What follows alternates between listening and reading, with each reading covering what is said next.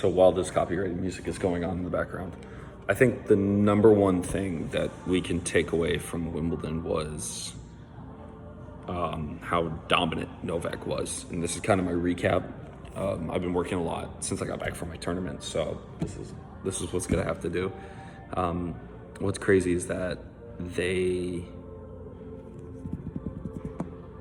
Novak showed his versatility and his power and his just overall competitiveness against Berrettini. Berrettini did take the first set, which I thought was great, and I thought Berrettini had a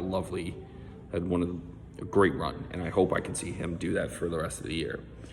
But the problem I have is when people ask whether or not Djokovic had one of the easiest runs to the Wimbledon final. I think yes and no, but at the same time, it doesn't matter because of how good he is. I've been saying this for a while, and I'll say it again too. Novak, I think, ended the GOAT debate this year. And I get a lot of comments of he's not the people's champion, and I agree. Novak is not the people's champion. He's not tennis fans' champion. But honestly, in terms of records, he's set the bar higher than any other previous tennis player, and it's hard for me to say that as a Roger fan, and even appreciating it all this year and last year.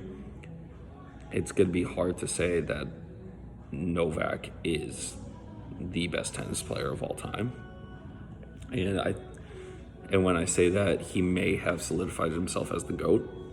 I think he played an unbelievable Wimbledon. It was a guarantee essentially that he would win. We were just waiting for Federer to show up and just to see how he would do. What's crazy is Novak might win 3, maybe 4 more majors, and he actually might tie Margaret Court's record faster than Serena will. Can you imagine that? Can you imagine if Novak gets to 24 slams before Serena does? Just puts everything into perspective in the tennis world.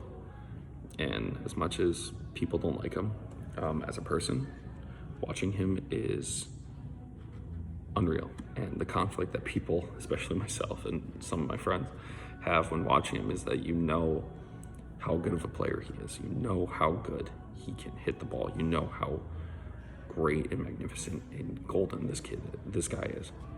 But then as a person, it's like a whole different perspective. But that's for another time. It does hurt. It does hurt to say it, but honestly, after seeing that final and seeing how well Novak is playing at this age, I remember I said I heard this on the tennis podcast, the UK tennis podcast, called the Tennis Podcast.